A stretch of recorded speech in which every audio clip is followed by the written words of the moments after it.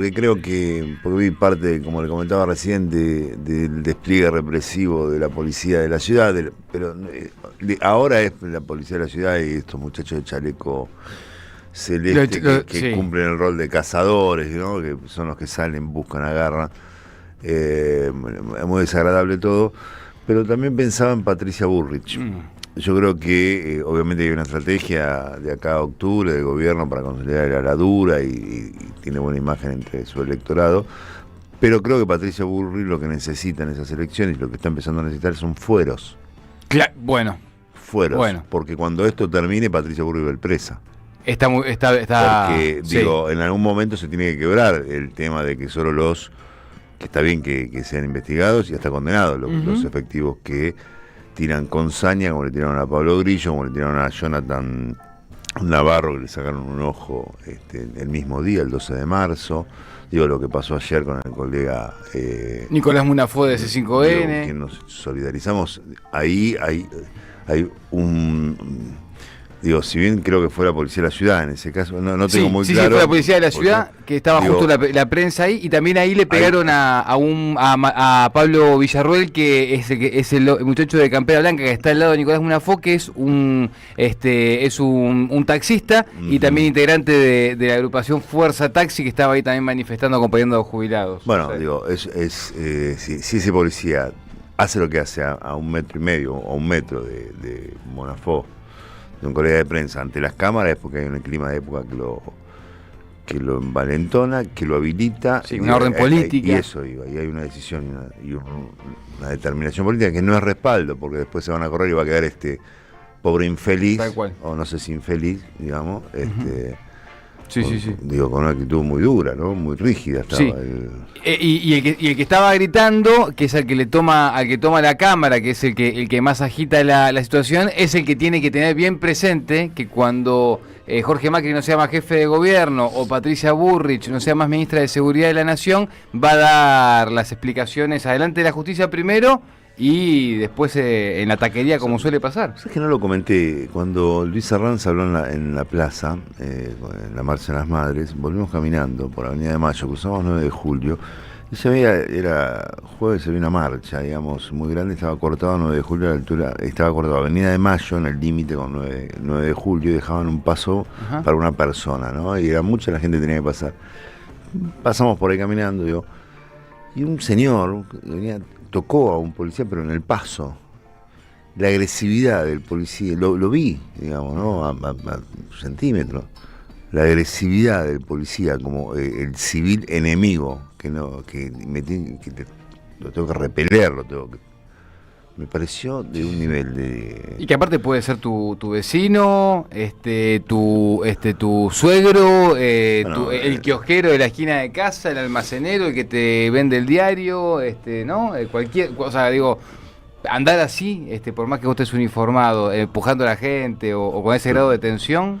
Y armada, ¿viste? Como Sí. tenés que convivir, pasar por ahí con tipos armados. ¿Qué les pasa, muchachos? Bajen 4K. Sí, está, bueno, también hay una cosa también muy de lo espectacular pero no porque esté bueno, La espectacularidad. La espectacularidad, Sí. ahí está, esa palabra la que estaba buscando Gus, espectacularidad del momento, que es guarda también con que bueno, están en un momento donde están siendo guiados ¿no? Las fuerzas de seguridad, muchos funcionarios, muchos diputados, muchos senadores que comulgan con estas ideas anarcocapitalistas, no se olviden que están siendo convocados por personas un poco fantasiosas en algunos momentos y después también que miran mucha película en otro. No digo, recordemos que hace 15 días una cuenta que se le atribuye al principal asesor presidencial Santiago Caputo hace un remate de una frase hablando de la Orden 66,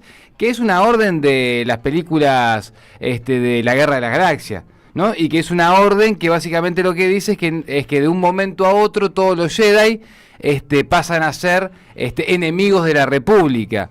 Entonces digo, guarda con también comerse el cuento de la espectacularidad del momento pensando que esto es una guerra de Star Wars, porque después la realidad marca otra cosa. La realidad marca que cuando disparaste mal un balín de goma, por una orden política que tenés atrás, le sacaste primero los ojos primero el ojo a un pibe, o sea que va a tener que vivir con eso de que dejaste semiciego a una persona, y después lo otro es que vas a ir en cana vos.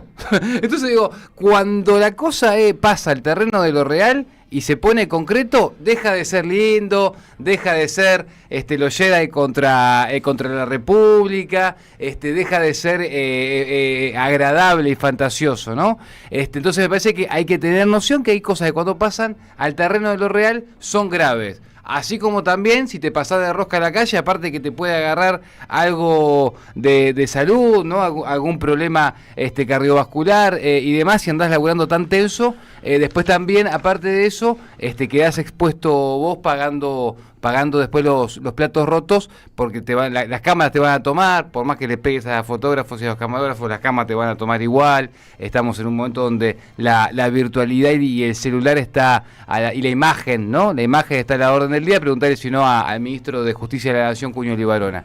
Dicho sea de paso, no saben cómo explicar en el gobierno nacional ese video. Ayer Fabián Waldman le pregunta, cómo cuesta también algunas preguntas, pero fue el único periodista que en todo el día le preguntó a Guillermo Francos, jefe de gabinete, ¿no? Responsable de los ministros del Gabinete Nacional, qué pensaba o qué iban a hacer con el video que se filtró de Cuño Libarona hablando con el denunciado y ex agente de la CIA Valar, incluso repudiado también por la ministra de Seguridad Patricia Bullrich, y no supo bien qué responder Guillermo Francos, porque dice, no, bueno, pasa que está instalando un tema del cual hay que hablar, porque las familias, los niños, las mujeres, bueno, no se entiende bien que si sabe a qué se dedica Valar, si Valar sabe a qué se dedica también él mismo, ¿no? O con qué tiene que ver, así que bueno, eso también está costando bastante por estas horas. Mientras tanto, y hablando de Libarona, ayer habló con Polimeni Esteban Paulón, diputado nacional del bloque Encuentro Federal del socialismo santafesino, y dijo esto, es el que está pidiendo, uno de los que está pidiendo, mejor dicho, la renuncia y el juicio político a Mariano Cuño Libarona. Escúchalo. Sí, nosotros detectamos allí incumplimientos de la ley de ética pública, de ética en la función pública, claramente. Allí esto tiene que ver con el mal desempeño del ministro, pero también obviamente lo que tiene que ver con tráfico de influencias y con negociaciones incompatibles con la función pública, porque tampoco sabemos a título de qué al ministro Cuño Libarona le interesa tanto limpiarle la imagen a un personaje tan oscuro como Tim Valar, ¿no? Así que creo que bueno, que en ese sentido es importante que se pueda saber qué es lo que pasó. Nosotros estamos pidiendo en principio, entiendo yo lo más prolijo, el presidente le pida la renuncia a Cuño Libarona o Cuño Libarona renuncie directamente para evitarle un mal trago al presidente. Bueno, que le pida la renuncia o que la presente él mismo, ¿no? Es lo que decía ahí Esteban Paulón. Hay que ver hasta dónde escala esto. Está bastante silenciado. Ayer estaban muy ocupados en algunos medios puntuales del establishment, como se suele decir, o del mainstream, sí, básicamente ni por la economía ni por las cosas que está haciendo el ministro de Justicia de la Nación, así que una cosa con respecto a esto, Nico, y ya pasamos a otro tema si querés. Él recordaba, primero, ese video fue filmado por alguien. Capaz que por el mismo ex agente de la CIA, ¿cómo es que se llama? Valar. Sí. Digo, no lo sé, es una incógnita. En una oficina donde él recibe, por lo visto, lo filman. Digo, ¿por qué se hace público ese video? ¿Por qué se filma? ¿Qué garantía era que tener eso filmado? ¿Por qué sale a la luz? ¿Quién lo grabó el propio Valar? Digo, no lo sé. Es una buena pregunta. No lo sé, sí. habrá que ver digo, hasta dónde llega una investigación con respecto a eso. ¿Quién es el segundo de Cuño Libarona? También hay que pensar. Exacto, creo que es un hombre hay quien responde. Sí, claro. Del Starbucks. De Santiago Caputo, exactamente, asesor presidencial. Y por otro lado, recordé que uno de los grandes episodios mediáticos de Cuño Libarona, cuando comienza a tener cierto reconocimiento público, es una situación confusa con un video del caso AMIA, que terminó demorado un tiempo, creo que es Tejeldín con el juez Galeano cuando le pide $400.000, o le ofrece el ex juez Galeano, en esa negociación que fue filmada y sale a la luz. Por un episodio vinculado a todo eso, Cuneo Barona después tiene un tema que resolver en la justicia. No recuerdo si fue detenido, demorado, llamado a... Sí, los mismos tiempos que ayer recordábamos en los que Ginsburg decía guarda porque si nos distraemos por cómo está todo en este país, Julio Libana puede ser ministro de Justicia de la Nación, exactamente, ¿no? Claro, porque justamente la ironía o la humorada calzaba en ese momento porque estaba teniendo que resolver y que responder a todos estos problemas, Julio Libana. Pero bueno, la Argentina se ve que es un país, aparte de generoso, que da revancha. Vamos a seguir con el tema de la seguridad. Para eso vamos a saludar a el colega de Contraeditorial, Carlos Romero, periodista, especialista, podemos decir, en temas de seguridad, que está en línea y que nos va a contar sobre una nota que está publicada en esta última edición impresa de Contraeditorial, que fue presentada la semana pasada en el Pulqui, donde de lo que se habla es básicamente de los recursos que tiene a disposición la Policía Federal, ¿no?, comandada por Patricia Bullrich, para poder reprimir justamente en estos tiempos, ¿no? Y recursos que no tiene ningún otro sector de la sociedad, que no tienen los jubilados, que no tienen los hospitales, que no tiene el Garrahan ni todo lo que ya sabemos. ¿Cómo estás, Carlos, querido? Acá Nico Márcico, Gustavo Cirelli, te saludamos de la Radio de las Madres. Hola Nico, ¿cómo estás? Buen día. Buen día, Gus, ¿cómo andan por ahí? Te hicimos levantar temprano, ¿bien? ¿Cómo andás, Carlos? Sí, quería experimentar un poco la patriada que ustedes hacen a diario. La sensación. No te dio para venir a la radio, porque estamos un poco lejos, pero para el teléfono llegamos. Yo tenía que, para ir a la radio tenía que acampar anoche. Acampaba, hacía mañana ahí y bueno, iba a la radio. Sí, pero mejor no, porque esta zona está muy regenteada o regulada por la policía, justamente la que estás cuestionando. Mejor no acampes por esta zona, Carlos. Bueno, no. Para mí lo mejor de esta nota fue hacerte levantar temprano, Carlos. Exactamente. Ahora vayamos al tema. Ahora vamos al tema. Carlos, querido, desarrollamos un poco, es muy interesante, la Federal de Bullrich, represión, baño de oro y coronas de laurel, es el título de la nota de Carlos Romero en Contraeditorial que estamos mencionando, pero contanos los detalles de lo que estás viendo en cuanto a lo que es el funcionamiento de esta policía comandada por la ministra futura senadora, Carlos. Mirá, nosotros arrancamos, Nico, esta secuencia en el número anterior de Contraeditorial, sí, llegando a una cifra, poniéndole números a lo que gasta Bullrich en represión, que eran 56.000 millones de pesos. Muchísimo dinero, en muchísimo armamento, que está claramente pensado más para reprimir la protesta social que para combatir el crimen, por la cantidad de material que podríamos llamar antidisturbio, antimotines, pero que en realidad estamos viendo que son utilizados como antijubilados, antiestudiantes, anti-investigadores del CONICET, ¿no?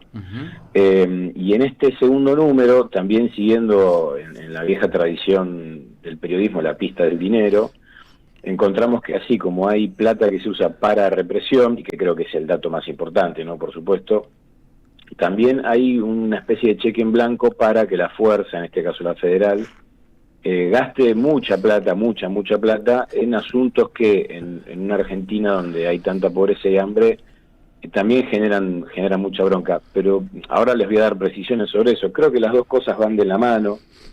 Me parece que cuando se ven situaciones como las que estamos viviendo, con un aparato represivo tan desatado, también se desatan otras cuestiones, otros negocios, otras compras, otro tipo de gastos.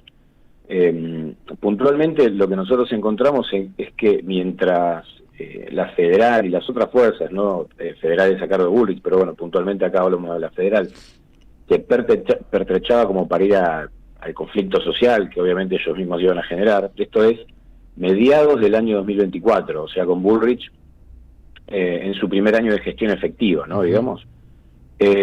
Bueno, mientras compraba chalecos antibalas, bala de goma, distintos tipos de gases lacrimógenos, escudos, bastones, y gastaba mucha plata en eso. También, por ejemplo, la policía gastó más de 24 millones de pesos en 35 espadas ceremoniales, lo que son unas espadas que tienen hojas de acero, empuñadura de bronce. Ese gasto de presentes institucionales es parte de un paquete total de más de 61 millones de pesos que gastaron en espadas como estas, Nico, que yo te decía, estuches de madera, platos de acero grabados, medallas de alpaca con baño de oro. Mira. No sé, ese tipo de cuestiones. Ahora está, Carlos, lo que estás hablar de una Argentina en donde la plata sobra, ¿no? No, y aparte de lo que estás contando, casi que te diría que se repite con todo lo que está mostrando este modelo de Javier Milei, que Patricia Bullrich representa en cuanto a la violencia en la calle contra la protesta social. ¿Por qué te digo esto? Porque hay para ese sector chiquito. Entonces, las espadas de ceremonial, ¿para quién son? Para los jerarcas, no son para el policía que estaba sin estufa, como contaba la otra vez Juan Grabois cuando lo metieron en cana en la taquería de la zona sur de la ciudad. No no son para el efectivo de la calle, no son para el de a pie, son para un sector puntual, para la gerencia de la policía. Claro, totalmente, porque el trabajador, cualquiera sea su uniforme de trabajo, queda fuera de la ecuación. Como bien vos decís, Nico. Bueno, esta plata, que como te decía, son más de 61 millones de pesos, que fue una licitación privada que hizo la Policía Federal en junio del 2024, se destinó a estos presentes institucionales, ¿no? O sea, no había plata, pero había 61 millones para, entre otras cosas, comprar espadas con empuñadura de bronce. Después también otro gasto similar de fines del 2024. Pensemos en el discurso que había en esa época, ¿no? Las tapas de los diarios hablaban de que la obra pública estaba frenada en todo el país, no sé, provincias como La Rioja empezaban a pagar los salarios con bonos, el gobierno metía presión para sancionar la ley de bases, ¿no? Es esa la Argentina en la que pasó esto. Bueno, más o menos a fines de ese año hubo plata también para arreglos florales, ¿no? La Policía Federal compró arreglos florales por casi 50 millones de pesos. Coronas de flores grandes, coronas chicas, coronas de laureles, de nuevo, ¿no? La verdad que si estuviese todo funcionando bien, claro, si las fuerzas de seguridad combatieran al crimen y no los jubilados, quizás esto no hubiese sido ni siquiera una nota, Nico. Pero la verdad es que indigna el combo, ¿no? El plot twist.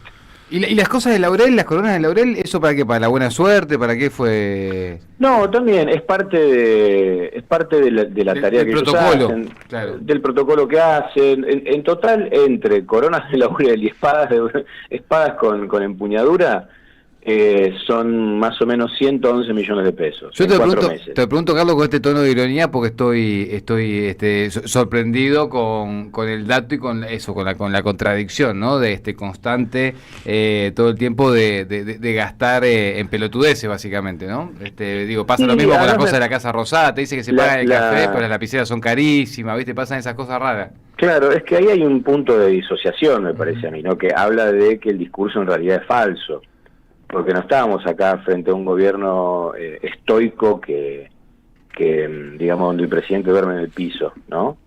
Estamos hablando de un gobierno que usa todos los recursos que se le cantan para lo que le interesa y después para el resto no hay plata. Mira, este es otro dato que me parece interesante y que habla de otros problemas, ¿no?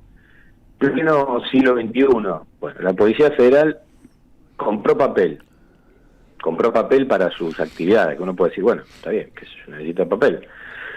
Pagó 271 millones de pesos en papel. De nuevo, en la Argentina en la que no hay plata, para los jubilados, no hay plata para los medicamentos, no hay plata para los investigadores, la policía define que hay que gastar 271 millones de pesos en papel y no hay ningún esto depende de Bullrich, ¿no? Es una decisión interna de la fuerza, pero en definitiva la ministra, que está tan al tanto, tan preocupada por los agentes, como dice ella, no notó que quizás este gasto podría resolverse de otra forma. Es un montón de plata para comprar papel en el siglo XXI. parece. ¿Cómo andas, Carlos? Hay otro dato, que está en tu nota, lo de los precintos, 5.000 precintos tácticos tipo esposas, ¿no? Sí. 11.326.250 pesos. Claro, porque a la vez que compraron estas cosas que no tienen que ver con lo represivo, obviamente sigue habiendo gastos represivos. El que vos mencionabas, Gus, que son a mediados también del año pasado, en este caso, el 2025, del año pasado, del 2024, perdón, compraron 5.000 precintos tácticos, se le dice tipo esposas, así los publicita la empresa Presincor, sí, la empresa cordobesa. Por más de 11 millones de pesos. Habían gastado ya 580 millones de pesos en marzo, esto es marzo de este año, para comprar de nuevo trajes antidisturbios, cascos antidisturbios. Esto es la Policía Federal, ¿no? Porque recordemos que el Ministerio de Seguridad hace compras generales que distribuye entre todas las fuerzas, y después cada fuerza puede comprar sus propias cosas. Por ejemplo, esto que les dije de marzo último, 580 millones de pesos, lo gastó la propia Federal con su presupuesto y compró un montón de cosas que solamente se usan para reprimir. Trajes antidisturbios, cascos antidisturbios, escudos tipo burbuja, máscaras antigas, tonfas que son bastones y otro tipo de bastones. O sea, eso solamente se usa no para combatir el crimen en Rosario, desmantelar una banda, digamos, narco, no, se usa para reprimir gente del pueblo. Pero también, a mediados de marzo pasado, a través del Ministerio de Seguridad, se compraron un montón de chalecos antibalas. Evidentemente están renovando los chalecos antibalas. Acá por ahí lo que deberíamos señalar para tener en cuenta, gastaron 2.854 millones de pesos en chalecos antibalas, en 2.500 chalecos. El tema por ahí para señalar, para tener en cuenta, es que no se lo están comprando más a fabricaciones militares. Claro. Se los están comprando a empresas privadas. En este caso una se llama Tecant, que es un oferente que tiene suerte siempre porque en general lo eligen. Ah, mirá. Sabe hacer los pliegos de licitación. Claro, se ve que sí. Es prolijo. O tiene muy buen precio. Y miren, una cuestión, nosotros habíamos visto en la nota anterior, ahora estoy buscando a ver si encuentro el dato, que habían comprado un montón de municiones, pero una cantidad de municiones exorbitante, como en 3 oportunidades de que está Bullrich al frente del ministerio, compraron municiones por miles y miles y miles de unidades, o millones les diría mejor. Bueno, hay una nueva licitación abierta para comprar municiones, todavía no fue adjudicada, digamos, ¿no? Esto se paga en dólares y está abierta, por ejemplo, para comprar 4.400.000 unidades de cartuchos de bala calibre 9 milímetros, ¿no? Que es la reglamentaria. Y después para escopetas, en este caso, redondean más o menos unas 500.000 unidades, entre las cuales hay balas de disuasiva, digamos, no la de goma, y otro tipo. Pero bueno, la verdad que el Ministerio de Seguridad, viento en popa, mucha plata para comprar. Acá encontré el dato que decía Carlos en la nota de la contradictorial anterior tuya, 5.373.000 balas de plomo del calibre 9 milímetros para las pistolas reglamentarias, después 416.000 balas de plomo calibre 12.70 para escopetas, 349.000, o sea que ya así a simple vista tenés más de 6 millones y medio de cartuchos que compraron. Se ve que están pensando en tirar bastante. Bueno, ahora están comprando casi 4 millones y medio de balas 9 milímetros. A ver, uno no puede objetar la compra de los elementos que usan las fuerzas de seguridad para su tarea. La pregunta es cuál es la tarea que están haciendo. Claro. Porque la verdad que cada vez que Bullrich logra algo, aunque sea que decomisa un cigarrillo de marihuana, hace una conferencia de prensa. Y la verdad que la última vez que contó algo respecto de una detención, de haber desbaratado una banda o demás, no sé cuándo fue. Con lo cual, ¿para qué es todo este armamento? Tal cual.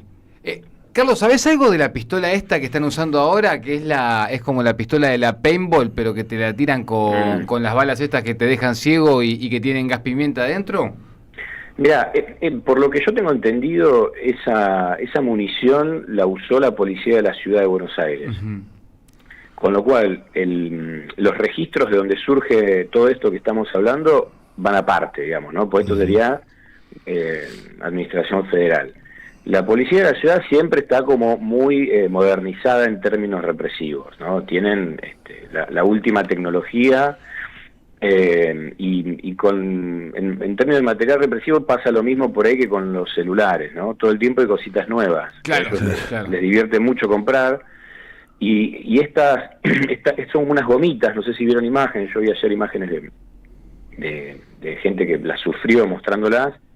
Lo primero que habría que preguntarse ahí son dos cosas: cuánto salió eso, y después que a mí me parece que debería ser una medida que las fuerzas de seguridad deberían tomar, o los propios gobiernos, que es poner al tanto a la sociedad de qué material represivo tiene. Porque, por ejemplo, vos me vas a tirar con esto está habilitado, ¿qué efectos tiene? La verdad que si uno lee, por ejemplo, no estoy hablando de estas bolitas, estoy hablando de los gases lacrimógenos, los efectos que tienen y cómo entre los efectos que tienen y cómo se usan, hay un problema, porque los efectos son terribles, están pensados para ambientes muy abiertos, mucha distancia, no estoy hablando, ni siquiera estoy hablando de lo que pasó con Grillo, ¿no? Pero la verdad es que hay un enorme desconocimiento acerca de qué usan las fuerzas de seguridad para reprimir a las personas. No estoy hablando del combate del crimen, ¿no? Porque esto se usa solo para tirárselo a ciudadanos. Tal cual. Sí, es para los operativos represivos, no tiene otra razón de ser. Carlos, bueno, lo que decías de arranque, digamos, esta observación sobre los gastos suntuosos de la Policía Federal se da en este contexto, de un gobierno que cierra, por ejemplo, el Instituto de Lucha contra el Cáncer, o persigue a los trabajadores del Garrahan, o está por vetar este bono para jubilados de 70.000 pesos, digamos, ¿no? Claro. Esa es la observación, y que es una saga de tu nota anterior, del número anterior de Contradictorial, donde Patricia Bullrich invirtió 56.000 millones de pesos ya en el aparato represivo, en el plan represivo que lleva adelante. Claro.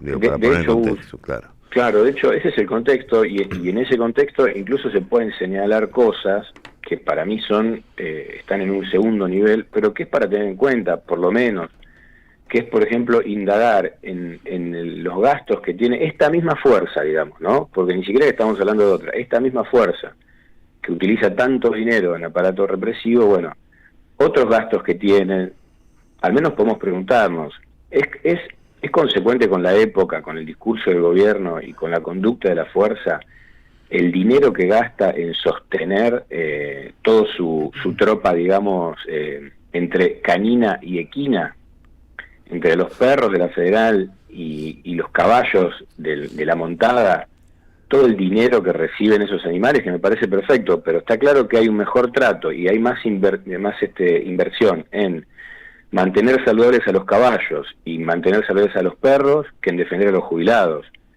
Eso es lo que estamos marcando, y que me parece que es parte del asunto, no son cosas distintas. Y algo que lo escuchaba Nico al comienzo, que es todos los agentes de las distintas fuerzas que están participando de estas actividades represivas y que agreden puntualmente a personas son identificables, están siendo identificados. Hay compañeras y compañeros que se ocupan de identificar quiénes son puntualmente, con nombre y apellido, los agentes que agreden, casi como si fuera un divertimento, a periodistas, jubilados, investigadores, personas del pueblo argentino. Bueno, esas personas van a tener una condena.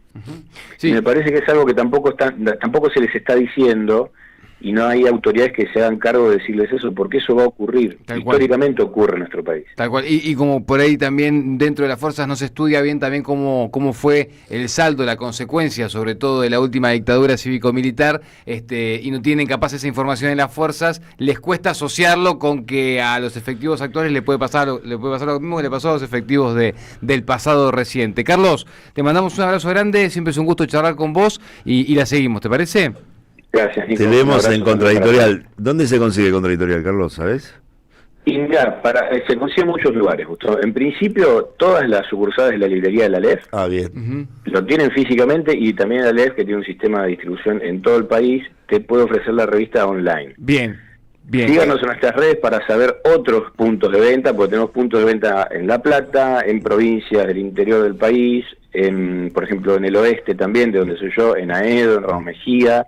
Se puede conseguir mucho en el Pulqui Bar, por ejemplo, también. Bien. Carlos, después te pregunto por privado a ver con quién hablo para meter alguna colaboración ahí en el portal, que tengo ahí un par de ideas sobre análisis político. Atendelo, por favor. Sí, vienen metiendo algunas plumas más sofisticadas que la mía, pero creo que les puedo aportar con algo que puede interesar. Nico, no necesitamos más internas, por favor, te lo pido. Abrazo grande, Carlito. Abrazo. Chao. Chao, amigo. Carlos Romero, gran periodista de Contraeditorial. Acá hacemos laborada porque, por supuesto, la persona para hacer una colaboración son ellos dos con los que estábamos hablando recién al aire, Carlos Cirelli. Mira, te dice una mezcla. Gustavo Cirelli y Carlos Romero. Carlos Cirelli puede ser un seudónimo. En cualquier momento. Alguna cosa. Bien, 22 minutos para las 8 de la mañana. Esto es un buen comienzo. Quédense que ya tenemos nota en minutos para meternos con todo lo que está pasando con YPF. Nos visita Agustina Sánchez Beck, que es especialista en materia energética, y queremos profundizar en qué está pasando con YPF y a dónde nos puede llevar este modelo de Milei también en ese sector. Ya venimos. Deja tu mensaje en nuestra línea de oyentes de WhatsApp 11 3200 0530. AM 530. Somos Radio. Tronador, agua mineral, botellones y dispensers para el hogar y la oficina. Hacé tu pedido al 4201-2627 o mandanos un mail a info@aguatronador.com.ar. Tronador, agua de mesa envasada. 12 de octubre 632 en Avellaneda. Patria o colonia, debatir, pensar, actuar. De Omar Autón. La dicotomía del título se repite. Nación o imperio, liberación o dependencia, federalismo o feudo porteño, democracia formal o comunidad organizada. Autón examina estas disyuntivas desde el fondo de nuestra historia como herramienta de organización para debatir, pensar y actuar.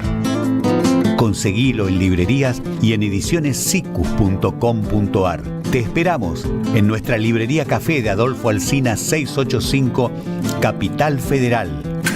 Ediciones Sicus. Libros para una cultura de la integración. Felicitas Bonavita está en AM 530.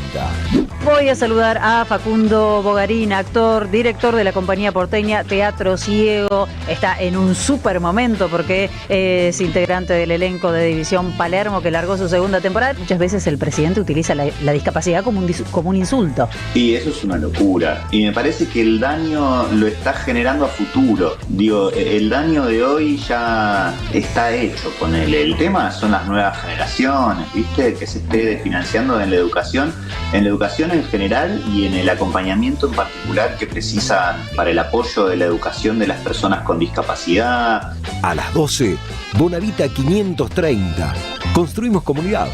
Buscamos la verdad siempre.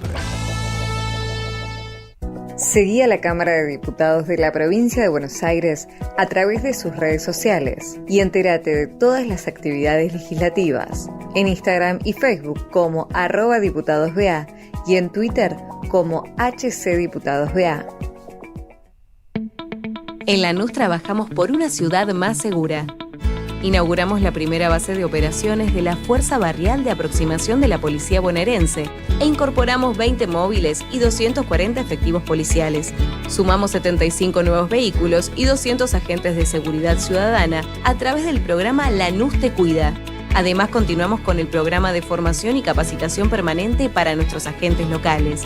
La ciudad que nos merecemos es una Lanús segura. Lanús Gobierno. Saberio el Cruel, el clásico de Roberto Arlt, se presenta en su segunda temporada con dirección de Gabriela Villalonga. La crueldad, la violencia y la farsa en el seno de las clases dominantes bajo la mirada ácida del autor que cobra vigencia en estos tiempos de tecnocapitalismo brutal. Un material necesario para reflexionar sin perder el humor sobre quién es realmente el cruel en un presente individualista y precarizado. Saberio el Cruel, todos los domingos a las 17 en el mítico Teatro Pairó. San Martín 766, Ciudad de Buenos Aires.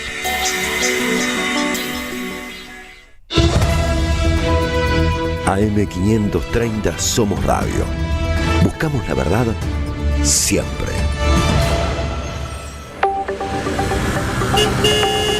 El tiempo, el tránsito, el transporte, el arranque de cada mañana. Lo mejor es tener un buen comienzo.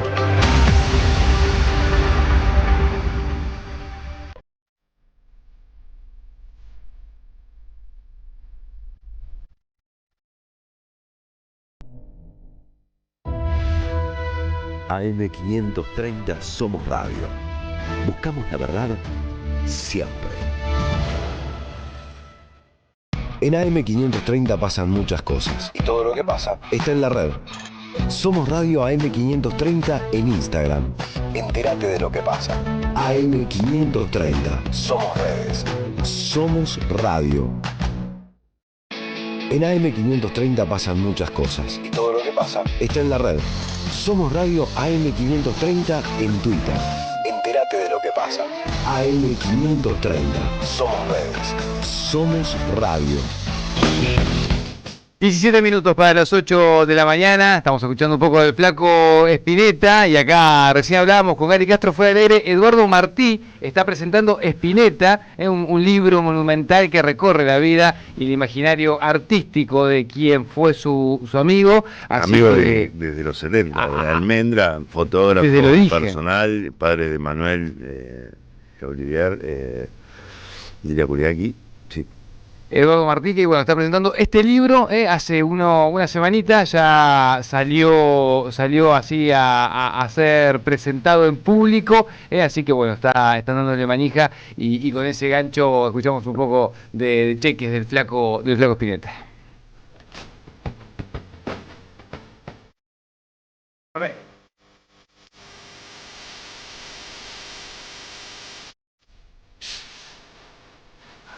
Bien, y vamos a meternos con los títulos que nos faltan. Un par de cositas, esta Nico. mañana y después en energía. Sí, directamente.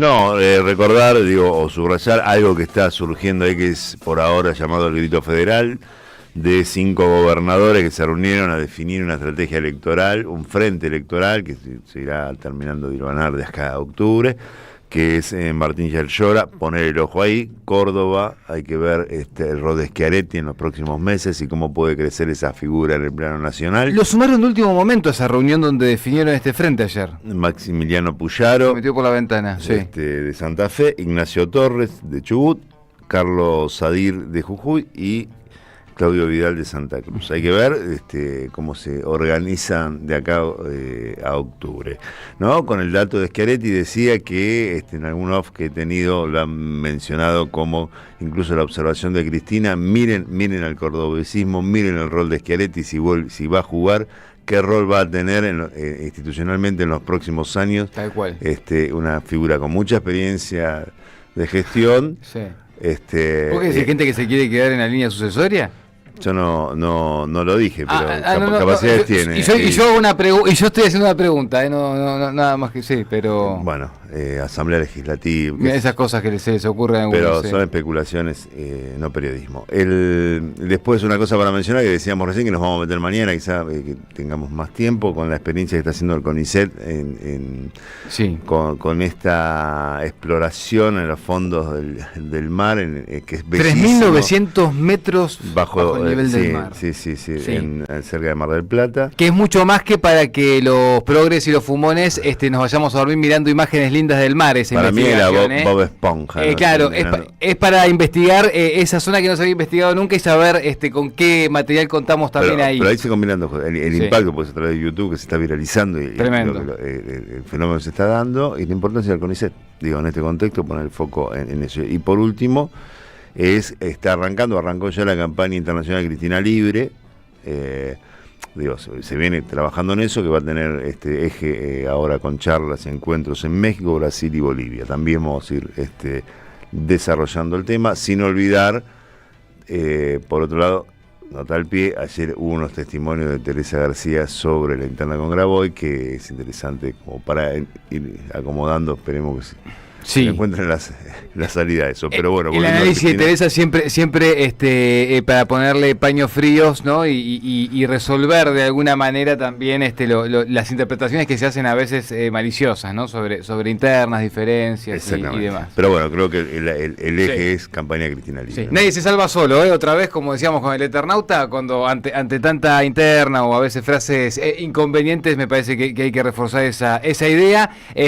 Atentos, porque está el Tren Roca con demoras. Esto no tiene que ver con esa obra y ese pozo que se les hizo en el día de ayer, sino con las demoras habituales de todas las mañanas, al igual que el Tren Mitre, también con demoras del ramal Suárez y Bartolomé Mitre. Esa es la información del tránsito a esta hora para los que andan circulando, yendo y viniendo por el AMBA. Pero decíamos que nos visita Agustina Sánchez Beck porque es especialista en energía. Vamos a hablar de ese tema y qué está pasando con este modelo a nivel nacional, pero vamos a arrancar planteándolo también de cómo todos esos temas se vinculan con lo que hoy es campaña y es Cristina Libre en términos internacionales y también nacionales con Argentina con Cristina. ¿Cómo estás, Agus? Buen día. Buen día, ¿cómo andan? Gracias por la invitación. No, a vos por la visita, pero ¿qué parentescos ves entre lo que es tu especialidad, tu área de análisis y todo esto que también está pasando con la principal líder de la oposición, ¿no? Mira, esta semana pasaron muchísimas cosas en el sector energético que claramente están ocultas o pasan un poco como por al lado, porque pasan tantas cosas todos los días que muchas veces es difícil poner el foco en cada uno de los temas de distinto tenor, es decir, de mayor o menor gravedad, pero que todas tienen un hilo conductor, que es mantener a Cristina presa, o proscripta, mejor dicho, para poder seguir entregando nuestros recursos naturales estratégicos y nuestros activos en el ámbito energético y minero. Si uno mira lo que pasó las últimas 2 semanas, venimos de una ola de desabastecimiento de gas por el primer frío fuerte. Exacto. El país se quedó sin gas. El país de vaca muerta, es decir, de la segunda reserva de gas no convencional del mundo, se queda sin gas. A la vez uno ve el intento de privatización de Narsa, que se anunció el viernes pasado, de la empresa creada por Néstor Kirchner, que administra un conjunto de activos que todavía tiene, que ya había sido desguazada durante el macrismo, y vendía el capital privado a los amigos de siempre. Tenemos, por otro lado, el intento de reconcesionar las represas hidroeléctricas del Comahue, una de las principales fuentes de generación de electricidad del país, que ya habían sido concesionadas durante el menemismo, que se prorrogó durante el gobierno de Alberto Fernández la concesión y que actualmente el gobierno de Javier Milei quiere volver a concesionar, en este caso, en lugar de por 30 años, por 60 años, a los mismos capitales, con una subvaluación de los activos, con condiciones absolutamente leoninas. Eso de duplicar el tiempo es tremendo. Eso es tremendo. Es un datazo. Es tremendo. Un datazo.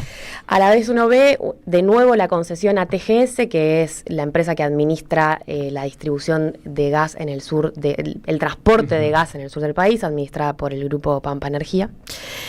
Otra vez por 20 años, cuando ya venían de una concesión durante 35 años desde la década de los 90, modificaciones en el régimen de ampliación de transporte eléctrico que permite que fondos internacionales, que fondos buitres, bancos internacionales que financien ese tipo de proyectos puedan litigar en contra del Estado si, por ejemplo, se decide poner algún tipo de control a la tarifa que van a recibir por esas inversiones, desregulación del precio de la garrafa, desregulación de los controles técnicos y de calidad sobre el gas que consumimos en nuestros hogares, lo que nos pone en riesgo total por posibilidad de inhalación de intoxicación por inhalación de monóxido de carbono. Sí, de que te explote la garrafa también. De que te explote la garrafa. El otro día escuchaba eso, cada vez es más habitual que se estén vendiendo garrafas que están oxidadas. Exacto, con arena, con agua mezcladas para poder sacar un mayor rédito. Eso tiene que ver con decisiones del gobierno de desregulación.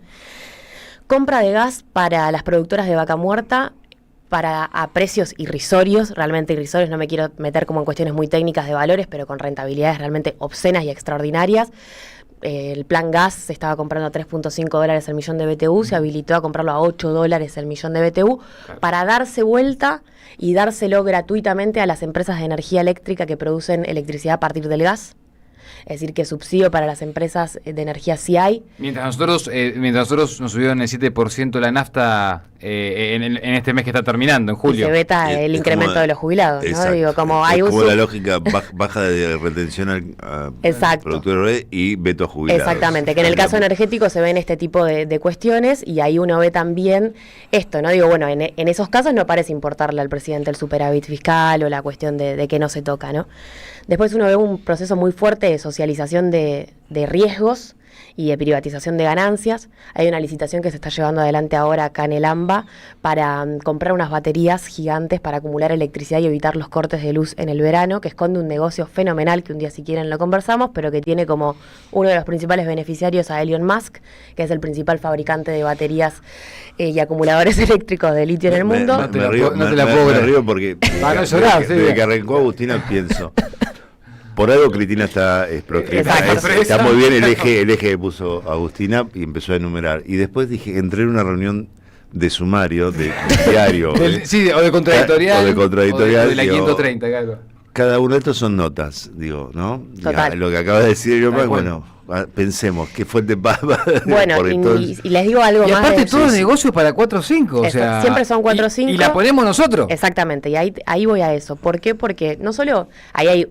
En ese negocio en particular, hilos invisibles del colonialismo brutales, porque esas baterías, esos acumuladores eléctricos grandes que va a comprar las empresas generadoras de electricidad para evitar los cortes de luz, que lo más probable es que sigan existiendo por el nivel de deterioro del sistema, se fabrican con el litio argentino. Mirá. Que se vende por debajo del precio internacional y que nos genera pérdidas por encima de los 2.000 millones de dólares anuales, porque justamente Tesla es accionista de las empresas que están acá, las dueñas son los fondos buitres. Y sabes que veo el futuro, Agus, y con esto que estás contando y esos generadores que estás contando, seguro no se va a cortar la luz en el campo de polo y en el hipódromo de Palermo, pero se va a cortar 100 Lugano, 100 Mataderos, obviamente. Seguro va a pasar. Bueno, ni hablar cuando uno piensa quiénes son los accionistas de las distribuidoras de electricidad, pero que hay una cadena acá de distintas responsabilidades que muchas veces están ocultas porque el sector energético tiene esta particularidad de la fragmentación y la desintegración, que es lo que plantea Cristina ese 27 de abril del año pasado en Quilmes, cuando habla de el verdadero problema acá es la desintegración del sistema porque no hay responsables. Con lo del gas lo vimos, la distribuidora Camusi de McFarlane no se hace responsable, vas atrás y te dicen no, las productoras no somos responsables porque el dólar está pisado, entonces nosotros no tenemos costo y no podemos invertir. Y acá lo que uno ve es, por ejemplo, con esto de las licitaciones del AMBA para comprar estas baterías o la ampliación del sistema de transporte eléctrico que está absolutamente saturado por la política de ingreso masivo de energías renovables que se llevó adelante durante el gobierno de Mauricio Macri, de incorporación masiva de proyectos de compra de electricidad renovable con contratos en dólares, con contratos con alta rentabilidad, con garantías soberanas, garantías del Banco Mundial, donde justamente está la causa de los parques eólicos, que recordarán ustedes que es una de las causas que Mauricio Macri logra tener cajoneada, ¿no? Y ahí también uno ve que mientras se proscribe a Cristina Fernández de Kirchner con un proceso judicial absolutamente infame, causas como la de los parques eólicos que están vinculadas con el actual deterioro y saturación del sistema energético argentino, también con los tarifazos, porque son todos contratos con rentabilidades obscenas realmente que se trasladan después a la tarifa. Bueno, algunos están libres y otros están proscriptos, ¿no? Y presos, como en el caso de Cristina, que ahí es lo que ella dice, ¿no? Hay un certificado de dignidad de alguna manera de en qué lugar nos posicionamos en la historia. Y para meternos quizás en lo que también habíamos hablado con vos, Nico, creo que en esto de menor y mayor tenor de los problemas o de las cosas que están sucediendo en el sector energético, uno ve también que me parece que es una de las cuestiones más graves, ese fallo de Loretta Presca, de una jueza en un distrito de Nueva York, que nos hace pagar, nos quiere hacer pagar 16.000 millones de dólares por la decisión de recuperar YPF en el 2012 en el marco de una crisis energética. Por la decisión de querer que lo tuyo sea tuyo. Exactamente. Básicamente, ¿no? Por administrar los recursos de los argentinos para los argentinos. Hoy Vaca Muerta es lo que es gracias a realmente YPF. Y a esa recuperación. Está bueno eso que decís, Agus, porque sabes que el otro día justo reflexionaba sobre eso y es un buen análisis. Si no hubiésemos recuperado como país el control de YPF, no existiría Vaca Muerta como negocio. Exactamente. No estaría se investiga, no se sabría de eso, no se hubiese profundizado de eso, o lo sabrían muy poquitos, pero no todos. Exactamente, ¿no? porque de hecho Repsol sabía de la existencia de YPF, de Vaca Muerta, perdón, pero no hacía nada. Claro. Es decir, solo explotaba los pozos existentes para tener rentabilidades extraordinarias, vaciar esos pozos, fugar las divisas al exterior, y por eso nos lleva en el 2012 a esa situación de desabastecimiento tan brutal, ¿no? Extractivismo absoluto. Total. Como la imagen del zorro. Exacto. ¿Viste? Cuando ves que el zorro va a luchar con los malos y que los malos lo único que tienen son esclavos y zonas arrasadas porque las sacaron todas con las mineras. Exactamente. ¿No? Sé que tenemos poquito tiempo, pero ahí me parece que también es importante mencionar el tema de, bueno, acá lo que se está haciendo es justamente un ataque brutal a la soberanía, porque se nos está haciendo pagar a un fondo buitre, que no es menor, por una decisión soberana que fue votada con amplia mayoría en el Senado y en diputados. Es decir, la jueza se pasa a la democracia argentina y a las instituciones, y en definitiva a mí me parece que esto también tiene que ver con un fuerte disciplinamiento. Un disciplinamiento para la política argentina, que es que, bueno, nunca nadie más se anime a recuperar, como vos decías, los recursos de los argentinos para los argentinos, que podamos administrarlos, y en definitiva me parece también que cuando uno piensa en este fallo judicial, o que en realidad no es un fallo sino una decisión política de tener a Cristina presa, y que, como ella dice, viene desde las fuerzas del norte y no desde las fuerzas del cielo, me parece que ahí también está esta cuestión de, bueno, acá la condición para esta entrega del 51% de las acciones, que es lo que nos pidió el otro día esta jueza, que fue la noticia de estas semanas, y que fue lo que dijo el candidato a embajador en Argentina, Lamelas, respecto a que Cristina esté presa, que va a controlar a los gobernadores, que va a evitar que las inversiones chinas lleguen a la Argentina.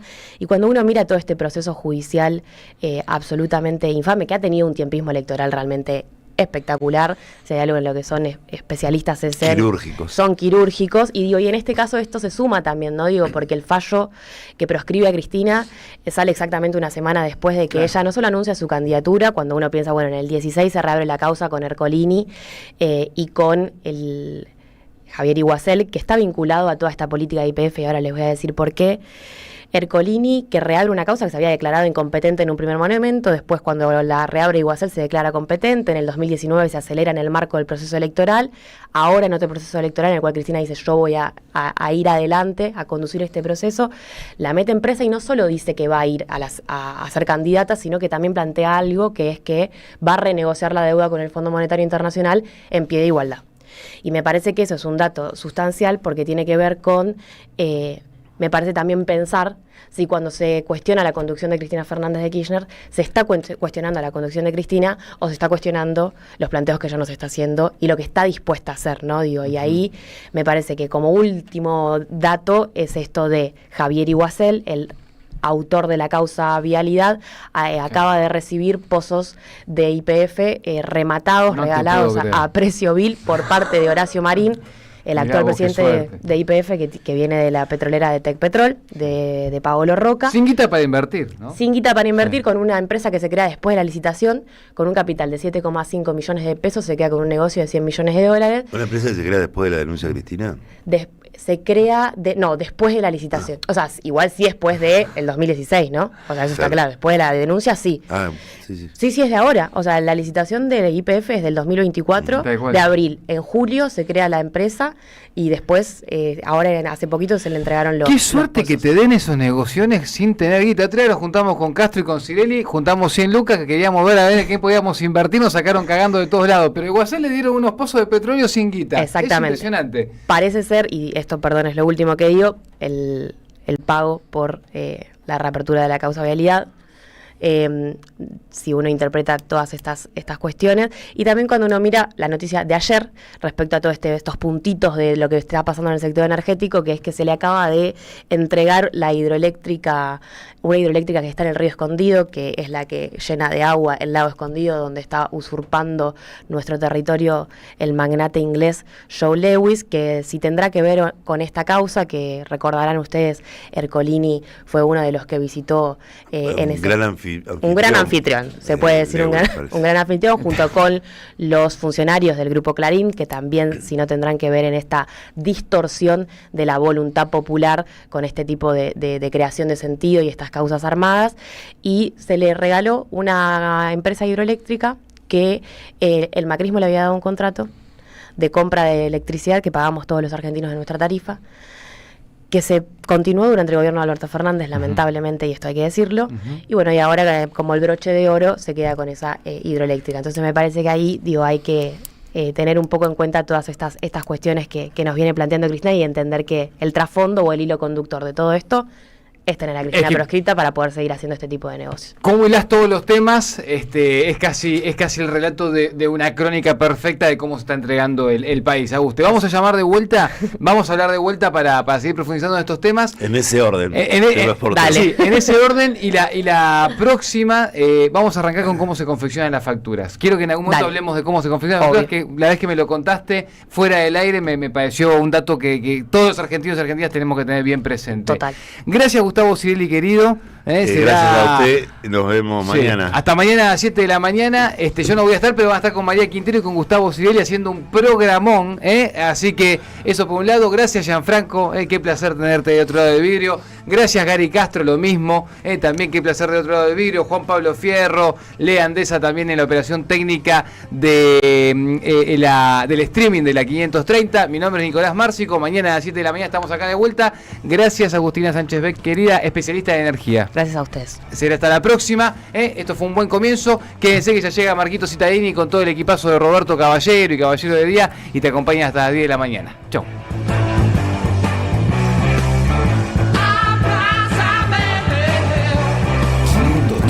Somos redes. Somos radio.